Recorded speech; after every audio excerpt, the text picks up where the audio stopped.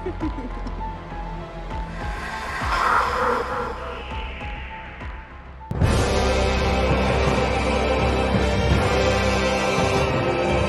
like a week or so ago, I took a look at an indie title named The Killing Antidote, a very Resident Evil inspired survival horror game made by like two people, which had some interesting cosmetic mechanics. And after that video dropped, I got a whole lot of recommendations for other games with a similar premise, one of which being something called Ruined Nurse. A first-person survival horror experience where you have to navigate a condemned hospital, avoiding infected zombie nurses, and it became very apparent even after playing this thing for 10 minutes that I was experiencing something very special.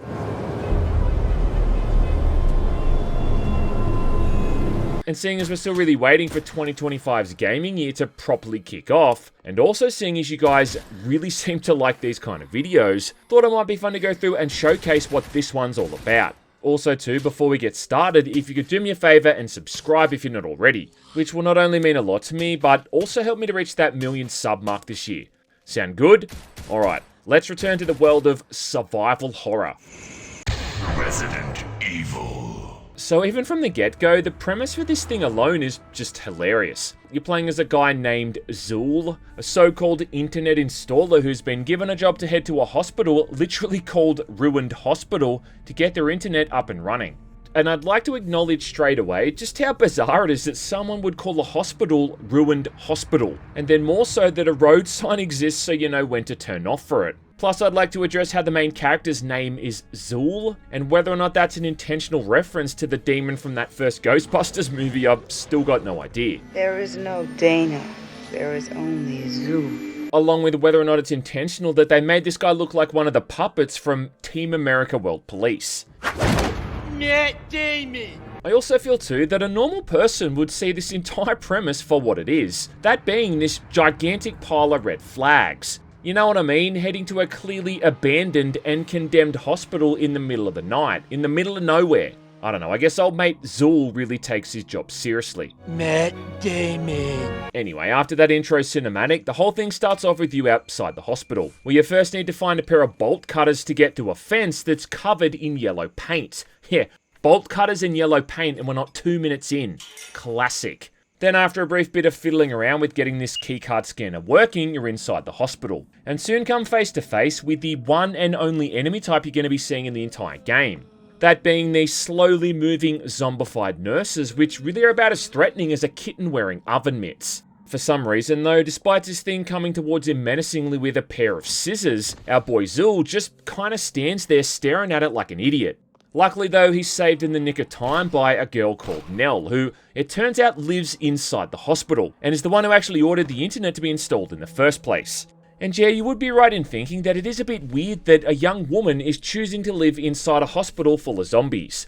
But in case it ain't glaringly obvious from the get-go, Nell is very clearly infected, or at the very least, hiding some kind of other dark secret. But what's even weirder than that is how there's no voice acting during any of this stuff, like at all. Which is something that sadly plagues all of the cinematics, with it being little more than just subtitles combined with characters moving their mouths open and shut. I see your lips moving, but I can't make out your words. I'm deaf! This really does go a long way in making this thing feel a whole lot crappier than it needed to be. And I mean, it's not like voice acting in video games hasn't been around for decades by this point. That's all I know. During the course of my scientific studies, I even ended up trying a few of the other games this developer's made, and it's the same thing with those ones as well. And none of those are that old either, or being made in the last year or so. Even the first Resident Evil, which this thing obviously takes a bit of influence from, had fully voice-acted cutscenes throughout the entire story. Well, I'm really sorry. Are you alright? So yeah, dog, like, there's just no excuse for this thing to not have any of that. I don't know, maybe it's like a budgetary reason why the developer didn't include it, who knows. But at this point, like, I'd probably be happy hearing awful AI speech to text instead of all this silence. I mean, at least in that case, it would be entertainingly bad to listen to. We can't waste more time. I'll get you out of here. I'm sorry for bringing you into this. Regardless, our boy's still got a job to do, and the first objective is to make it to the second floor lounge, to see if he can connect to some kind of port there. This involves moving around the ground floor and exploring all of its surroundings, cracking into safes for spare ammo and killing the abundance of nurses hiding in all these various rooms, all of which is going to be done with this starting pistol. Because a lot of these rooms are also locked up, you'll first need to do a bit of key hunting. And it won't take long to notice either that the interface for using items is almost identical to the one in the Resident Evil remakes, along with being able to examine and then further interact with items in your inventory as well. And even those boxes for the pistol bullets look identical to the handgun ammo in the RE games. There's even like a little side mechanic where you can find all of these gold coins hidden around the hospital, then using them to unlock cabinets which give you extra inventory space or even access to the other weapons, which is almost kind of identical to the coin mechanic in RE7. Along with, of course, just shooting droves and droves of these zombie nurses, because it seems in almost every room, one of these things is hiding away in a corner just waiting to attack. Which, you know, might be frightening if they didn't move so comically slow and also look the way they look. And it's kind of like, oh no, that super hot, busty nurse zombie is slowly coming towards me. Whatever am I gonna do? Oh look, now the one wearing fishnet stockings with boob veins is coming after me as well. Help. Police. Murder.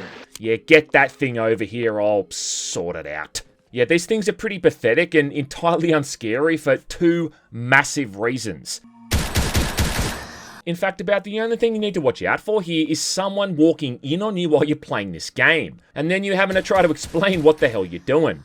There is one dangerous move that they do have though, in that they have the ability to grab onto you and then hug you to death. And if there's more than one of them in the room at the same time, well, you can kind of get sandwiched in between the two of them and can't really do much apart from just eat your own shit.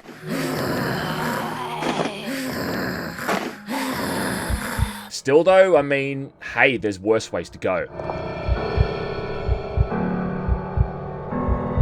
What'd they die of? Crushed pelvises. Anyway, you do eventually unlock the stairwell and find your way to that second floor lounge, only to discover that that port isn't working, where the goal then becomes to get to that third floor. But on this floor is where it introduces us to the closest thing we've had yet to an actual puzzle, where you need to place specific items in trays in 4 of the different patient rooms. A puzzle they recycle later on when you get to that 4th floor.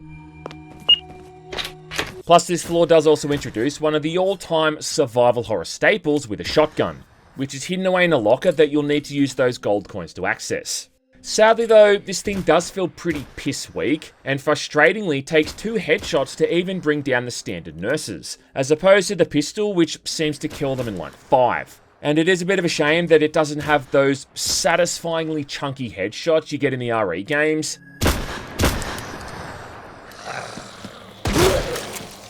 But I don't know, like I guess that animation wasn't included in whatever asset bundle the developer bought these character models from. As well as that, this floor introduces us to these nurses armed with scissors, who are actually idle until you make any kind of noise. At which point they freak out and head to the direction that the sound came from, swinging wildly at the air for a bit before then going idle again. And I guess these things are supposed to be a cross between the nurses in the Silent Hill games and then maybe like the mannequins. And I will say that if nothing else, that visual of them being locked in place, waiting for you to make a bit of a racket, can be kind of eerie.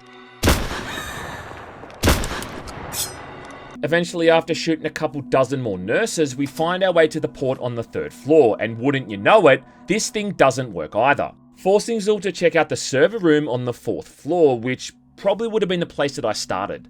However, we need a keycard to get into that room, so at this point we got to head all the way back to the ground floor to check in with Nell to let her know what's going on. Where, from this point on, she's hanging out with us the entire time, kind of like Chris Redfield and Sheva Alomar in RE5.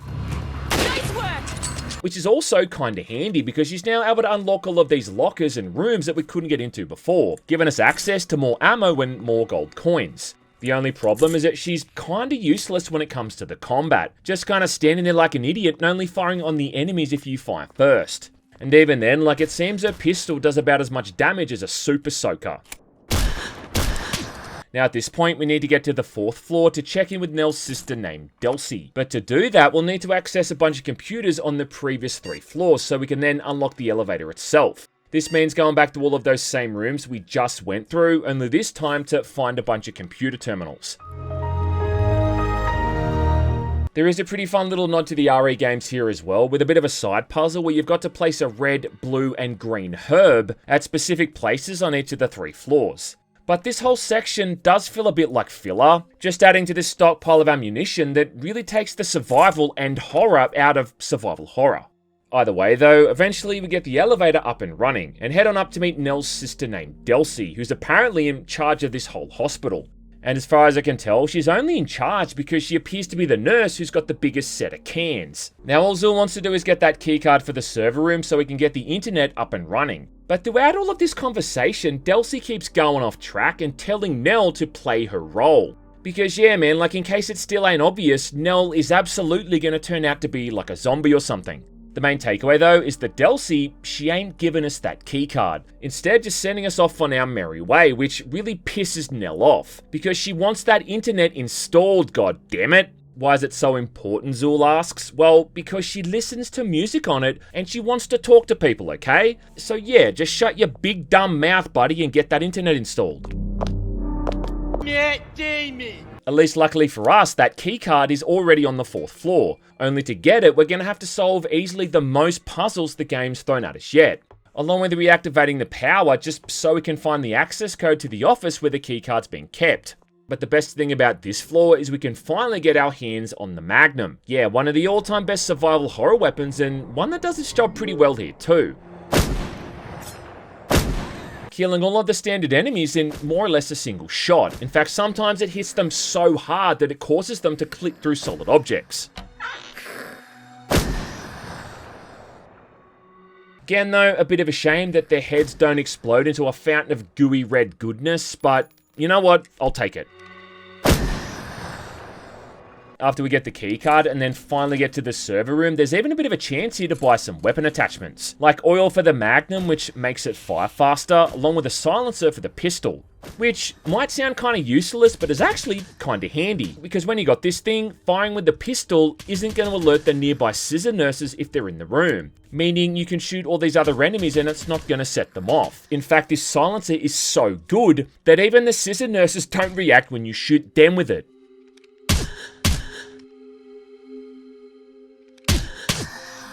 After getting into the server room and reconnecting the power and all that, Delcy shows up looking like she's in the middle of a goth phase, also reminding us yet again that this thing is about as far removed from a horror game as is humanly possible. She then chases Nell off, forcing you to go on ahead solo, even coming after us at certain points after this like she's Mr. X from the RE games. I mean, it genuinely really does look here like someone's modded Mr. X into this humongous 7-foot tall goth mummy. And you can even stun her temporarily if she takes enough damage so you can get a bit of breathing room. Similar again to how Mr. X would function. She does have some pretty horrendous hitboxes though, like I'm talking Dark Souls kind of hitboxes, where she's able to hit you when you're literally not even standing next to her. Let's see that in an instant replay. Your goal at this point is to mostly avoid her whilst you navigate through all of these labs, collecting all these little tubes which look a lot like the ones that hold the U's that created the Ninja Turtles. I mean, no, seriously, are these not the exact same thing? Ninja vanish! At one point you need to get one of these canisters from within the cleavage of another one of these super tall zombies as well. Yeah, the kind of zombie that you'd happily take death by snoo from. Yes! Oh, thank you, Lord in heaven. And then the final goal for this area is to turn the server back on at multiple hubs, at which point Nell shows up again, only to be quickly injured by Delcy, which, as we're shown here, destroys her necklace. This then causes Nell to cry and run off, while Delcy just walks away and goes back to her office. We go and meet up with a crying Nell in the nearby toilets like we're back in middle school or something, where she indeed confirms that she's been a zombie all along. And at this point, it's like, no shit. She laments the fact that she's so ugly, lol, which I mean is just a downright hilarious thing to say, considering all that necklace seemed to do was hide from the world that she's a goth chick. And look, if recent internet trends and memes have taught me anything, it's that most men out there really appreciate a nice looking goth chick. He ain't lying. So yeah, like I don't really know what she's even complaining about. I mean, try being a 20-year-old with a receding hairline in 2025 or something, you know? Get some real fucking problems. But because Zool is all about giving the customer the absolute best service, despite the fact the internet is installed, he goes back to see Delcy to see if she can help out, to find her as well looking completely normal again. She tells him that there is a replacement necklace in the basement, but it's around the neck of some kind of super powerful nurse that they lost control of or something. You know what?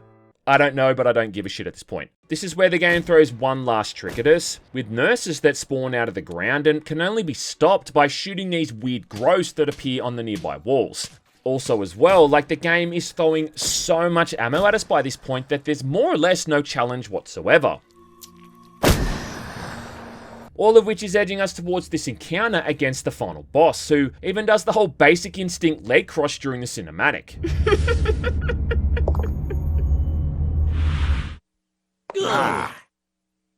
This is your last warning about that. As for the fight itself, well, this is yet again another kind of zombie nurse, who very quickly shows off her superpower, where she's able to no-clip through the walls and turn into a giantess, slowly swatting at the player with these laughably telegraphed attacks.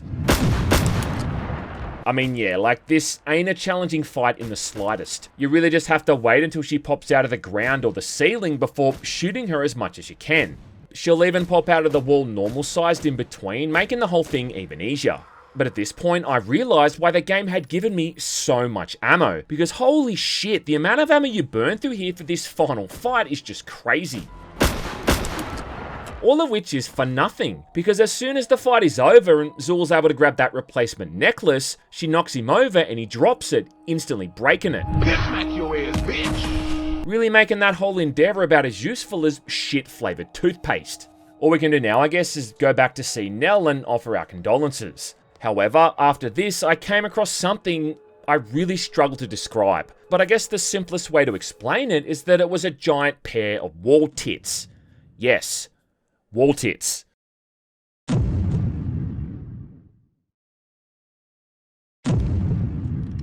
And maybe this is supposed to be like a reference to that scene in Silent Hill 4 where you enter that room and see Eileen's massive nightmarish head twitching about. There's even like another instance right after this which seems even more Silent Hill inspired. What in the wide, wide world of sports is going on here? But either way, like coming across this thing was like running into a solar eclipse. I just couldn't turn away.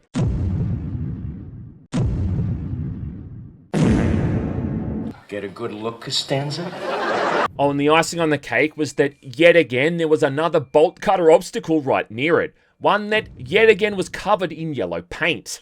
But whilst the battle is won, the war is lost. And although we got that internet up and running, Nell is just gonna have to settle, I guess, with looking like an attractive punk chick for the rest of her life. At least, so I thought. Because when we see her again, she's looking very human, due to her sister having donated her own necklace. Also that Nell can just sit on her ass in front of her computer all day and do absolutely bugger all. I mean, yeah, that was worth it. What a fucking loser. Zool gets an awkward congratulatory handshake before then just driving off into the night like a complete simp. And then that's it, like we've beaten Ruined Hospital. Truly one of the survival horror games of all time.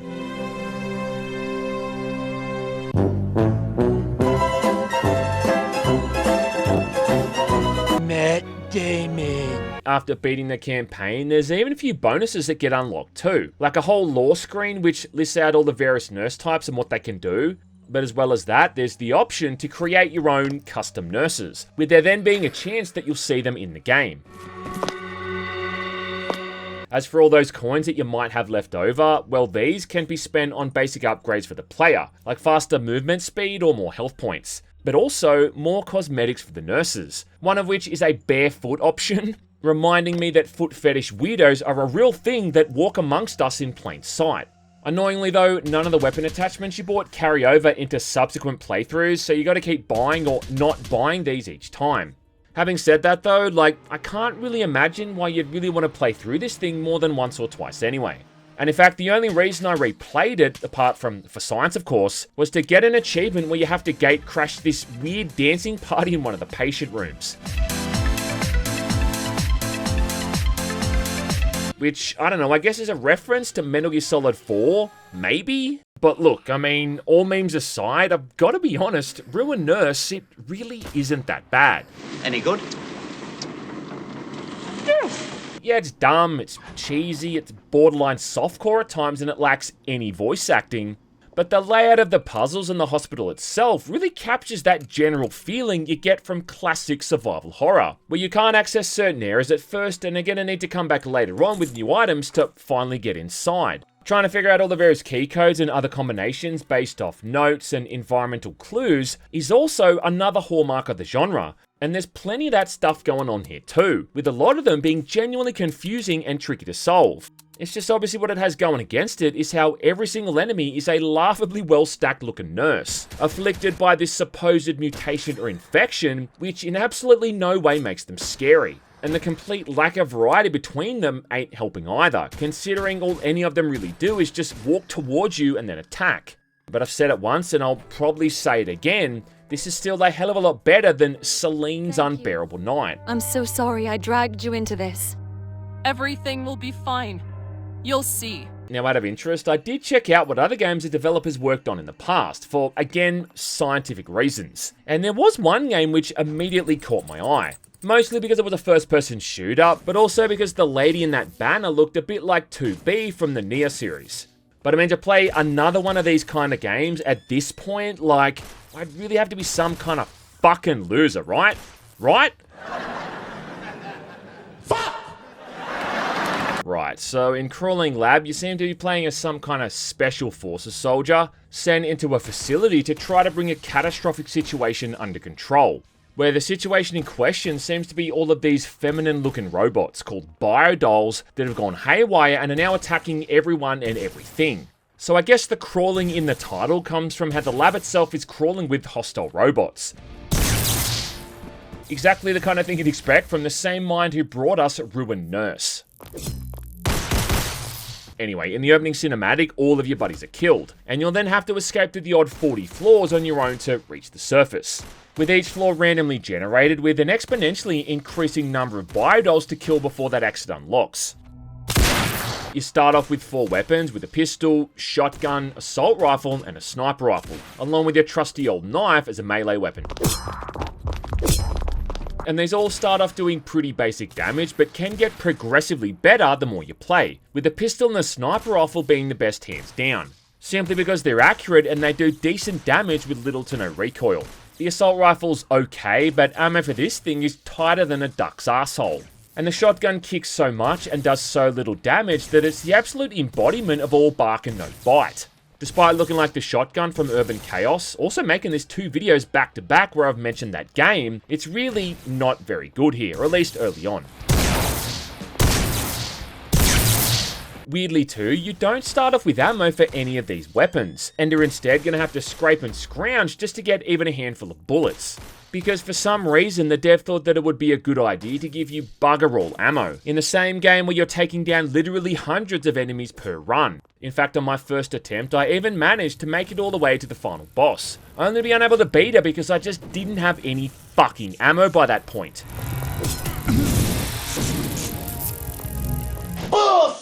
What I quickly realized the game is forcing you to do is spend the upgrade points you earned at the end of a run on some permanent skills, where among other things you can make it so at the beginning of each floor you're going to get a small ammo bonus. But before that, and even for the first few attempts, this means you're going to be most likely using the pistol and the knife, simply because the pistol is the only thing you're going to have ammo for, and the knife's durability can easily be repaired.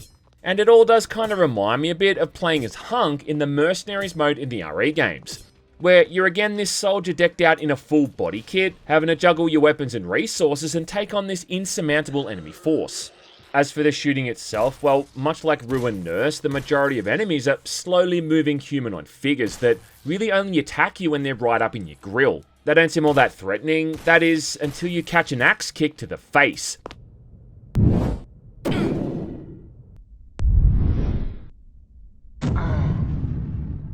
Variants include one that doesn't have a head, begging the question how this thing can even see you in the first place, as well as an armoured one that's slightly tougher.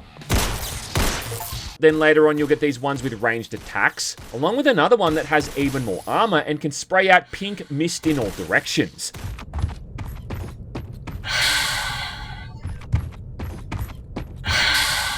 Yeah, no comment. Then finally there's some kind of a berserker doll with a shield that charges into you, getting all super pissed off once you've done enough damage. Probably the weirdest one though is this doll that looks like it's wearing a nun's habit, which is able to heal the nearby dolls along with having this damaging aura. And I'll let someone else harbour a guess as to why they're mass producing sex dolls dressed up as nuns. But I will give this game credit for one thing, in that you instantly know what and when to expect when you see each of these enemy types. I mean, clever and intuitive enemy design is the cornerstone of good combat, and being able to see an enemy and know what you're up against off the visual alone is at least something this game does right. There's even a helpful scan mode which highlights all of the dolls through the walls, so you don't ever get lost trying to find that last one that you might have missed. Yeah, like so many innovative and clever game design principles. I mean, what is this? Red Dead Redemption 2? Throughout each floor, there's these chambers you can drop the dolls into for one-off bonuses like extra ammo or restoring health points, with the tougher dolls also giving back better gear. As well as that, at the end of each floor, you're also then choosing from another upgrade, and then each fifth floor offering up an even more useful benefit. And this is where things start to get surprisingly deep. Like for instance, there's an upgrade where all of your bullets are critical hits regardless of whether you're even hitting a weak spot. There's another one that makes it where missed pistol shots restore your health points. Or how about being able to shoot through walls with the sniper rifle? Oh my god! Without a doubt though, what is one of the most useful is an upgrade where you can stun the dolls with your knife, making it a hell of a lot easier to deal with those tougher ones.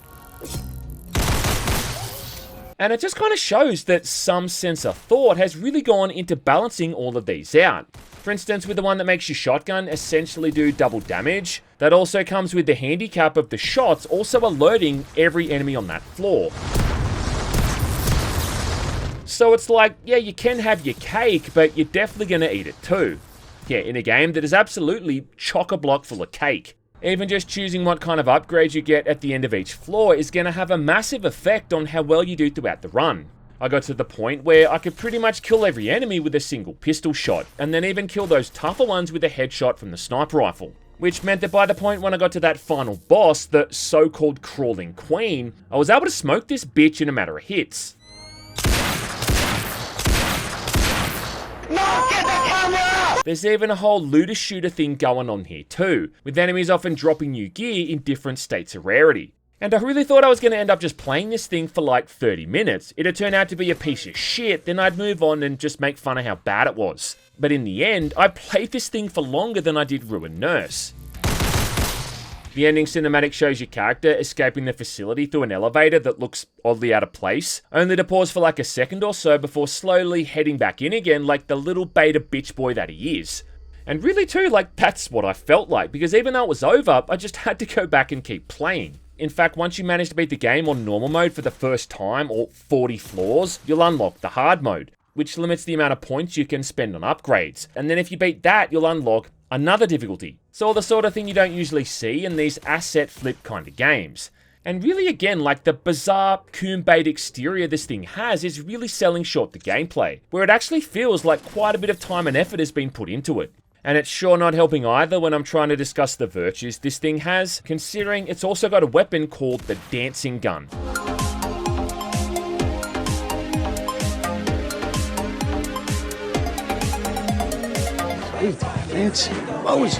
Maybe in the future I'll go back and take a look at a few more of the other titles that this developer's worked on. Or I don't know, like maybe he'll release another game in the upcoming months that might be worth playing through as well. For a lot of his older games though, there's really not much to say. Like this one here called Dark Siren, where you lightly jog around a sunken ship trying to find randomly placed pieces of paper so a 7-foot-tall siren doesn't suffocate you to death with her cleavage. Or how about this one called Vampire Mansion, where you lightly jog around a mansion so a 7-foot-tall vampire doesn't suffocate you to death with her cleavage. My God, that's disgusting. Still though, the value I got from both of those first two games, and the entertainment I hope you guys got from hearing me talk about them, should easily justify the $10 dues or so I spent overall.